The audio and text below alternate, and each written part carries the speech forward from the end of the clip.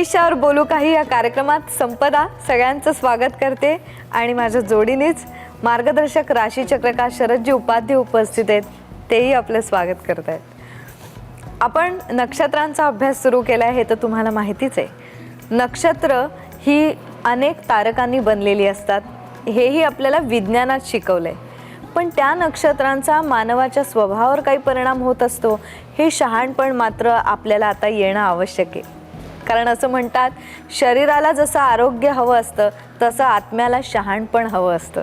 आणि म्हणूनच त्याच्यासाठी नक्षत्र या विषयावर आपण जाणून घेतोय आणि आज वृषभ राशीकडे वळतोय. जाणून घेऊया कोणती नक्षत्र साथ देतात वृषभेला.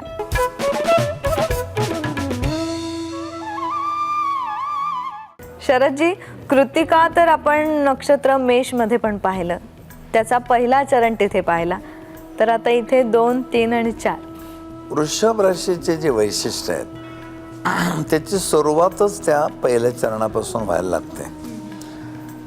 फरक एवढाच आहे, वृषभेचं सगळं सौंदर्य, वृषभेचा गोडवा जो रोहिणीमध्ये आहे तो कृत्तिकेत नाही आहे.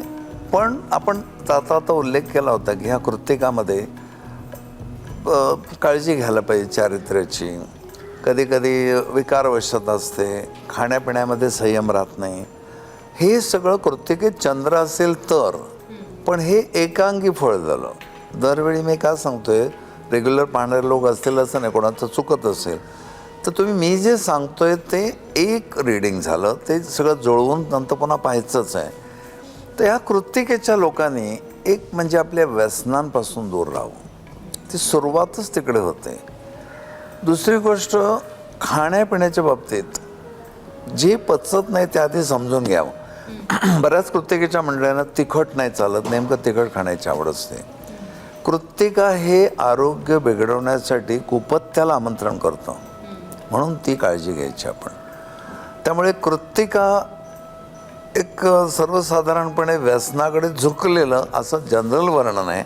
आणि त्यात वृषभेची सुरुवात दुसऱ्या चरणापासून होते. त्याच्या वृषभ राशीची सुरुवात कृत्तिका द्वितीय चरणापासून होते. म्हणजे मेषेत जी थोडासा तामसीपणाला सुरुवात झाला आहे तो वृषभेत तो कंटिन्यू होतो. म्हणून वृषभ कृत्तिका आलं ते रिडिंग जास्त महत्त्वाचं आहे. कारण मेषेमध्ये कुठेतरी एक मनुष्य खंबीर असतो, वृषभेत प्रवाहपतीत होऊ शकतो. मग वृषभ कृत्तिकेच्या आपल्या घरात कोणी मुलं मुली असतील, एक नीट लक्ष ठेवा त्यांच्याकडे. शरीर प्रकृतीकडे दुर्लक्ष करून मजा करत नाहीत ना. पण कितीतरी गोष्टी आहे, जागरणाचं घे, मोठ्या लोकांना ड्रिंक्स असेल, नॉनव्हेजचं असेल, ते तेवढी काळजी त्यांनी घ्यावी कृत्तिकामध्ये. आणि मग नंतर जो चरण सुरू होतो 13°20 कलांवर रोहिणी, हे नक्षत्र सुरू होतं. तर हे रोहिणी नक्षत्र तर वृषभाची ओळख आहे. हो, 13-20ला त्याचा पहिला चरण संपतो, चालू होतो 10ला.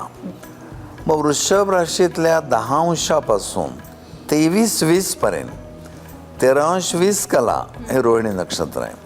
रोहिणीचा शब्द ऐकून तुला आश्चर्य वाटेल, सत्य मधुर वचनी. किती अवघड आहे ना, सत्य बोलायचं आणि मधुर बोलायचं. उदाहरण देतो, एखाद्याला तुम्ही निर्बुद्धात असं नाही म्हणायचं. रोहिणीवाले काय म्हणतात, आपल्याला आकलन शक्ती जरा कमीच आहे, हे गोड बोलू बरोबर गळी उतरवणं ते त्याला जमतं. तर रोहिणीचा प्रथम, द्वितीय, तृतीय, चतुर्थ कुठलाही चरण असो, 10 ते 23-20 व्यापिनी जे नक्षत्र आहे त्या रोहिणी नक्षत्रामध्ये सत्यमधुर वचनपणा आहे, खूप रसिकता आहे. जे कृत्तिकेला करावंसं वाटतं पण झेपत नाही, ते रोहिणीला करावंसं वाटतं आणि पचतं झेपतं सगळंच होतं. रोहिणी रसिक आहे पण रोहिणी विलासी नाही आहे. रोहिणीमध्ये भरपूर आध्यात्मिक बैठकसुद्धा आहे, जर त्याने सिन्सिअरली ठरवलं करायचं. पण याच्यात मला रोहिणीचा आवडता गुण कुठला, आध्यात्मिक आहेत म्हणून गंभीर नाही आहेत आणि एकदम रसिक आहेत म्हणून प्रवाहपतीत नाही आहेत. ज्यावेळी जे करायचं ते मस्त करायचं. उदाहरणार्थ, मुलीचं लग्न झालं आहे, निश्चितपणे सत्यनारायणाची पूजा घरी ठरवली आहे. आपल्याला आश्चर्य वाटेल केवढ्या भाविकपणे ती पूजेला बसली आहे. व्यवस्थित त्या घराची मी सून आहे, त्या घराला घरपणा आणायला पाहिजे, लोकांनी आपलं कौतुक केलं पाहिजे, सगळं सांभाळणार, नऊवारी नेसेल, दागिने घालेल, पण नवऱ्याच्या बाजूला बसून पवित्रपणे शांतपणे पूजासुद्धा ऐकेल. नाही तर काही मुले अशा नटतात की भटजींचंच लक्ष लागत नाही. असं होऊ नये. रोहिणीमध्ये हा कलात्मक दृष्टिकोन असला तरी धार्मिकता आहे. अशी रोहिणी नक्षत्राची मुलगी, लग्न झालं, पूजा अर्चा केली, कुळोपचार केले, हनीमूनला जायला निघाले, तिथे वेगळं स्वरूप नवऱ्याला दिसेल. तो म्हणेल तर घरामध्ये किती वेगळे होते. म्हणजे ज्यावेळी ज्या गोष्टी करायच्या त्या संयम राखून सगळ्या गोष्टीला न्याय देण्याकडे माझा कल आहे, असं रोहिणीची मुलगी म्हणेल. रोहिणीचा मुलगा हा पण थोडा फेमिनाईन क्वालिटीचा असेल. हा मेषेतला जो भाग आहे जरा मर्दानी किंवा सिंहधनुमधला तो येईलच असं नाही. पण शेवटी रोहिणी नक्षत्राचे पुरुषसुद्धा आर्जव असणारे असतात. त्यांच्या बोलण्यात आर्जव असतं. किंवा कुठे सर्व्हिसमध्ये वगैरे असले, स्टाफशी कसं वागायचं, सगळ्यांना आपलंसं करून घ्यायचं. रोहिणीचा आता मॅनेजिंग डायरेक्टर असेल तर तो कामगारांना इतकं आवडेल की तो पहिला म्हणजे स्विमिंग पूल बनवेल त्यांच्यासाठी, पडद्याची रंगसंगती छान करेल, झाडं वगैरे लावेल, एक पुष्करणी कारखान्याच्या सुरुवातीला ठेवेल. त्या कामगारांना रजा हाच शिक्षा वाटेल, शिक्षेचा भाग. म्हणजे रोहिणीमध्ये रसिकता, रोहिणीमध्ये भरपूर ऐश्वर भोगण्याची कला, त्याच वेळी वाहवत जाणं आणि अधर्माने वागणं ते करत नाहीत. म्हणून रोहिणीच्या स्त्री पुरुषांमध्ये कधी कधी आपल्याला वाटतं जरा जास्तच रसिक वाटतं, पण तसं नाही. कुठे थांबायचे ठाऊक असल्यामुळे धावायला मजा येते त्यांना. पण धावता धावता कुठे गेले गर्तेमध्ये असं होत नाही. पहिला, दुसरा, तिसरा, चौथा कुठलाही चरण असो, फळ हेच राहतं. आता पुढचा मला तुला भाग सांगायचा आहे. हे मी रोहिणी चंद्र असता तुमचं नक्षत्र ते होतं. पण ह्याच रोहिणी नक्षत्रात वृषभ राशीमध्ये 16 अंशावर शुक्र असू शकतो. मग तो शुक्र रोहिणीचा द्वितीय चरण असेल, येण्याची गरज नाही. पण रोहिणीसारख्या सुरेख नक्षत्रात शुक्र आला किती वाढेल ना त्याची रसिकता. त्यात नेपच्यून आला तर अनेक पुन्हा वेगळं सौंदर्य निर्माण. मीना कुमारीचे वगैरे जे रोज झटका लावणारे होते तसं त्यात मिळेल. नेपच्यून म्हणजे सेन्सिटिव्हिटी आहेत प्लस सौंदर्य आहे. पण त्यात शनी, मंगळ, हर्षल यांचं काम नाही. रोहिणीमधला बुध कृती कमी करतो पण बोलतो फार रोमॅन्टिक. तू मुद्दाम मार्क कर. वृषभेमध्ये 10 पासून 23-20 पर्यंत ज्यांचा बुध आहे हे ब्युटिफुल बोलत जातात आणि बोलून वातावरण निर्मिती करणं याचा स्टेजवर उपयोग होऊ शकतो ना. म्हणजे आर्टिस्ट असेल तरी, लेखक असेल तर लिखाणात होईल. आणि जे बोलणारे असतात त्यांना खूपच छान आहे. रोहिणी नक्षत्रात बुध असणाऱ्यांची प्रेम प्रकरणं लवकर जमतात. कारण प्रेम प्रकरणातली सुरुवात बोलण्यापासून होते, अनुभव नंतर येतो. पण आधी बोलणं, त्या बोलण्याने अतिशय सुंदर इम्प्रेशन निर्माण होणं. हे मी का सांगतोय तर विविध ग्रह फिरवून बघ त्याच्यामध्ये. रोहिणीत हर्षल आला, काय उपयोग आहे त्याचा? असा रॅश प्लॅनेट तो, त्याला हे नाजूकता काय भावणार आहे. पण मग तिथे हर्षल कुरघोडी नाही ना करत? हर्षल थोडा बिघडेल, म्हणजे रोहिणीला बिघडवेल. आम्ही प्रेम समजू शकतो, एकमेकाचे नाजूक संबंध समजू शकतो, पण एकमेकांचा गैरफायदा घेणं हे नाही समजत. रोहिणी हर्षलाला अजिबात भूषणावं नाही आहे. चल, रोहिणीत राहू आला तर की मुलगी माझ्याकडे मुलाची पत्रक घेऊन, हा माझा फ्रेंड आहे, मला याच्याशी करायचं आहे, आणि रोहिणीत राहू आहे, त्याची काही वाईट फळं आहेत. तर इथे प्रश्न येतो, ती अगदी घोड्यावर बसून आली आहे तर मी सांगायचं का नाही? तर मी समस्त ज्योतिषांना सांगेन जे गाईड करतात वधूवरांना, लपवू नका तुम्ही. ती विश्वासाने तुमच्याकडे आली आहे, तिचा मित्र आहे, प्रियकर आहे, ती हर्ट होईल असं तुम्ही समजण्याचं कारण नाही. या गोष्टी आहेत त्या त्याला सांगून बघ, आणि तशा कन्फर्म जर झाल्या तर वेळीच सावध हो. मग पुढे त्याला सांगून तो ऐकत नसेल तर निर्णय तुझे, पण मी आधी परिणाम सांगून ठेवतो तो. आपण नक्षत्रांचा अभ्यास करतो आणि वृषभ राशीच्या मध्ये कोणती 2.25 नक्षत्र येतात ते पाहतो. रोहिणीपर्यंत सरकलो, आता पुढे मृग नक्षत्र सुद्धा लागतंय, त्याविषयी जाणून घेऊया की पहिला आणि दुसरा चरण मृग नक्षत्राचा आहे. तर ही कोणती अवस्था आहे? त्याच्या आधी एक राहिलं आपलं, ते मी तुला विचार. रोहिणीत तारे किती आहेत? रोहिणीत 5 तारे आहेत. रोहिणीमध्ये चंद्र, बुध, शुक्र तिन्ही एकत्र आले.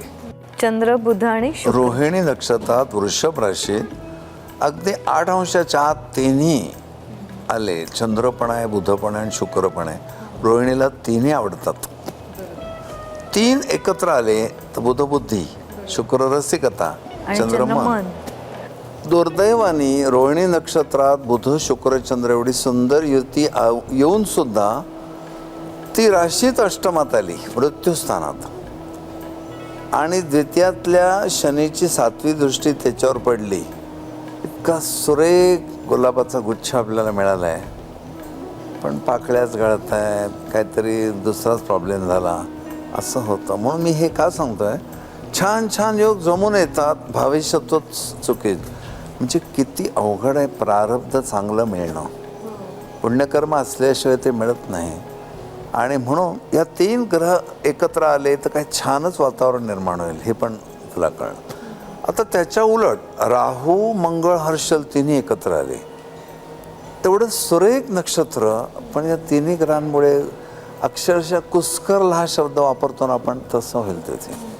मी शक्यतो कधी कोणाला पटकन ऑल दी बेस्ट हे करत नाही, कारण मला बघायला लागतं. मी हॅपी न्यू इयर कधी कोणाला म्हणत नाही, कारण हॅपी न्यू इयर म्हटल्यावर नेमका तो जर जेण्यावरनं पडला तर त्याला असं काय उपाध्ये असं बोलले तरी माझं असं कसं झालं. एका ह्याच्यावर काय होतं ते, माणसाने माणसाला अशा शुभेच्छा देऊन काही होत नाही. परमेश्वराने आशीर्वाद दिले तर होतं. हे मी एवढ्यासाठी सांगितलं. चांगली चांगली नक्षत्र पापग्रहामुळे फुकट जातात आणि अत्यंत अशुभ नक्षत्र पण गुरुसारखा ग्रह येऊन कंट्रोल होतात. हे सर्वांगीण, मी तर म्हणे अष्टावधानी आणि शतावधानी पाहिजे ज्योतिषी. हे रोहिणीचं शतावधानी पाहिजे, ही सगळ्यात कठीण गोष्ट आहे. पुढे आता मृग नक्षत्राकडे जाऊया. आता मृगाकडे जाऊया. वृषभ राशीचे सगळे चांगले गुणधर्म अख्ख्या राशीभर नाही आहेत. वृषभ रसिक आहे, वृषभ खूप छान सगळं एन्जॉय करणारी आहे, वृषभाला सेन्स ऑफ ह्युमर पण चांगलं आहे, सगळं मान्य आहे. Not from 1 to 30. वृषभ राशीच्या 1 ते 30 पर्यंत सगळा रसिकपणा भरलेला नाही आहे. तो आहे 10 अंशापासून 23-20 पर्यंत. आपण म्हणतो ना कधी कधी एखादा पिक्चर खूप छान आहे, पण तो मधला अर्धाचा काय सुरेख सीन मस्त आहेत त्याचे, असं म्हणतो. हे एवढ्यासाठी मी सांगितलं, तुझे रास वृषभ का? अरे फारच छान. ते उपाध्यांचं ऐकलंच परवा. अरे सगळं नाही बोललो मी 1 ते 30, तेवढाच फक्त भाग चांगला आहे. मग कृत्तिकामध्ये जी थोडीशी सावधपणाची बाजू मी सांगितली होती, रोहिणी ती थोडी कंट्रोल झाली. रोहिणीला सगळ्या सोयी सुविधा मिळाल्या तरी धार्मिकता असल्यामुळे स्खलनशीलते होत नाही असं मी म्हटलं. मृगामध्ये थोडं वेगळं चालू होतं. मिथुन राशीचा मस्किलपणा, ते जे काय सगळे गमती जमती करण्याचा स्वभाव, क्वचित वाह्यातपणासुद्धा सुरुवात इथे होते वृषभेत. म्हणून तुला वृषभेचे काही लोक खूप डिसेंट रसिक दिसतील, काही यातले दिसतील आणि काही मिस्किल दिसतील. हे असं कसं होतं? त्याला नक्षत्र पाहिली पाहिजे. चरणाचा काय संबंध आहे? चरण कितवाही असो. तर आता आपण जसं रोहिणीत पाहिलं की अमुक एखादा ग्रह तिथे आला, तर तसं मृगाचं पण पाहूया. मृग नक्षत्र तुम्ही सांगितलं की एक मिश्किलपणा आहे, थोडा वाह्यातपणा आहे, पण त्याच्यात कोणता ग्रह ह्याचा काही परिणाम होऊ शकतो? तारे किती आहेत? त्याचे 3 तारे आहेत. मृगामधला वृषभेचा रसिकपणा घेऊन 3रा चरण मिथुनेत शिरतो. ही विभागीय नक्षत्र असतात ना, थोडी इकडे आहे थोडी पुढे चालू होतात, त्यात दोन्ही राशीचं फळ मिळतं. मृग नक्षत्राच्या मंडळींमध्ये तुला थोडं कृत्तिकासारखंच जाणवेल. खूप बुद्धिमान आहेत, हसमुख आहेत, मिस्किल आहेत, अमुक असमुक, ठीक आहे. पण रोहिणी प्रेमप्रसंगात जे पावित्र्य सांभाळेल, उदात्तता सांभाळेल, कदाचित मृग थोडं वाहवत जाईल. आणि अशी मी बऱ्याच वेळा लेखातनं उदाहरणं पण दिली आहेत की ह्या मृग नक्षत्राच्या लोकांची फ्रेंडशिप होता होता कधी शारीरिक संबंधाला कळत पण नाही. हे मी एकेरी बोलते. त्यात नक्षत्रात चंद्र असेल तर असं घडू शकतं, पण त्या चंद्रावर गुरु असेल तर असं घडणार पण नाही. पण आधी एकेरी फळ तर निश्चित केलंच पाहिजे. म्हणून मृग नक्षत्र हे अतिशय रसिक, बुद्धिमान, तरतरीत, पण सगळ्या गोष्टीचं कुतूहल असलेलं आहे. मृग नक्षत्राच्या लहान मुलं किंवा मुली कुतूहलापोटी धोकादायक खेळ खेळतात. आई वडिलांनी ती काळजी घ्यावी. आपल्या मृग नक्षत्राच्या मुलीला जर कुठे घालायचं असेल नाटकात, सिनेमात, तर काही आया कशा कायम त्यांच्याबरोबर असतात. हिरोना एवढा त्रास होतो मग. पण तसं या मृगामध्ये काळजी घ्यावी लागते, कारण कुतूहलच असतं. मित्र म्हणला ए चल ना जरा धो पावसात काय मजा असते बघू. ती बिचारी गेली. तिथे गेल्यानंतर अनावधानाने चुका घडू शकतात. हे पण मृगाचं एक फळ लक्षात घेण्यासारखं आहे. अशा मृगामध्ये शुक्र आला निश्चय घसरणार. अशा मृगामध्ये चंद्र आला तर डोकं सारखं त्या विचाराने फिरत असणं, सारखा बिंदलिंगी व्यक्तीबद्दल विचार करणं. पण मृग म्हणजे हरिण, आणि त्या हरणाच्या मुखी असलेल्या त्या नक्षत्राचं थोडं वर्णनसुद्धा असं आहे, ते चपळ आहे. मृगाचं एक वर्णन चपळ असं केलं आहे. चपळ आहे, पण प्राणभयाने जसं इकडे तिकडे बघतं हरिण, तसं ह्या मृगामध्ये रोहिणीसारखा रसिकतेचा पराकोटीचा भाग नाही आहे. तर थोडं भीती वाटणं, असुरक्षित वाटणं हे पण आहे. म्हणजे इकडे रसिकता, इकडे बुद्धिमत्ता, इकडे मिस्किलपणा आणि असुरक्षित वाटणं. एवढ्या गोष्टी मी का सांगतोय, चुकून माकून एखाद्या मुलीच्या हातून प्रमाद घडला, तिने वेळीच जर घरी सांगितलं तर सोल्युशन मिळेल. पण ते केव्हा तरी निसर्ग नियमाप्रमाणे जाणवेल तर घरच्या लोकांना पण प्रॉब्लेम आहे. आता इथून पुढे तुझ्या मित्रमैत्रिणींचे मृगवाले कोण भेटले, विशेषतः मृगमिथून, तर खूप अट्रॅक्टिव्ह पर्सनॅलिटीज असतात की नुसतं सौंदर्य नाही, बोलणं पण आहे. इनव्हेरिएबली सावळ्या वर्णाची, डोळे असे बारीक करून बोलणारी, हसतमुख, छेडाछेडी करणारी, पण किंचित घाबरट, सावध, असं चपळ मृग नक्षत्र आहे. आता शरदजी, रोहिणी आणि मृग नक्षत्रात आपण इतर ग्रहांचा पण विचार केला, तसं कृत्तिकाबद्दल थोडंसं बोलूया का? मृगाबद्दल नाही, कृत्तिका आपण नक्षत्र पाहिलं वृषभ मधलं, त्यातलं तिथे शनी आला. हो, कृत्तिकामध्ये शनी आला तर मुळात कृत्तिकेचं जे फळ थोडं घसरण्याकडे वृषभेने सुरुवात झाली होती, त्याला उलट आळा बसेल, रसिकतेचा कोंडमारा होईल. मग त्याला आजारपण आहे का, काही त्याच्या घरात दुर्घटना घडली आहे. पण जे लोक रसिक असून कोंडलेले असतात त्यांचा तो भाग चालू होईल. कृत्तिका नक्षत्र शनी असेल तर. कृत्तिकामध्ये शुक्र, चंद्र, नेपच्यून जेवढे उत्तेजित होतील तेवढ्याच शनीमुळे कृत्तिका म्हणजे कसं होईल. कृत्तिकेत शनी, खूप तरुण मुलगी, नुकतंच लग्न झाले पण सासू सासरे राहायला आलेत, समोर नवरा आहे, सगळं व्यवस्थित, लग्न नुकतंच झालेलं आहे, पण 10 बाय 10ची खोली आणि सासू सासरे आलेले आहेत. काय करणार? तसं कृत्तिकेत शनी आल्यावर होईल. शनी सासरा आहे. चंद्र आला तर, चंद्र आला तर तो मनाला कृत्तिकेचा जो थोडासा वृषभेचा भाग आहे रसिकपणाचा, त्याची सुरुवात करून देईल. पण चंद्र भावनिक दाखवतो, कृती दाखवत नाही. कृतीला मंगळ लागतो. कृत्तिकेत मंगळ आला तर कदाचित निर्लज्जपणा पण वाढेल. पण तो चंद्र आला तर कोणाला नकळत अशी पुस्तकं वाचायची, म्हणजे मनानेच सगळा आनंद घेणं किंवा काय विकृती असेल ते सुद्धा, हा एवढा भाग आहे. कृतीसाठी मंगळ लागेल. मग कृत्तिकेत सुद्धा मंगळ हर्षल असू नयेत, आपल्याला लाख वाटतं असू नयेत. ते तिथे येतात आणि आल्यावर पुन्हा नेमके पंचम स्थानासारख्या प्रणय स्थानात आले, फारच अशुभ. मग आपण आता इथेच थांबूया. सगळ्यांच्या वतीने आपले आभार मानते.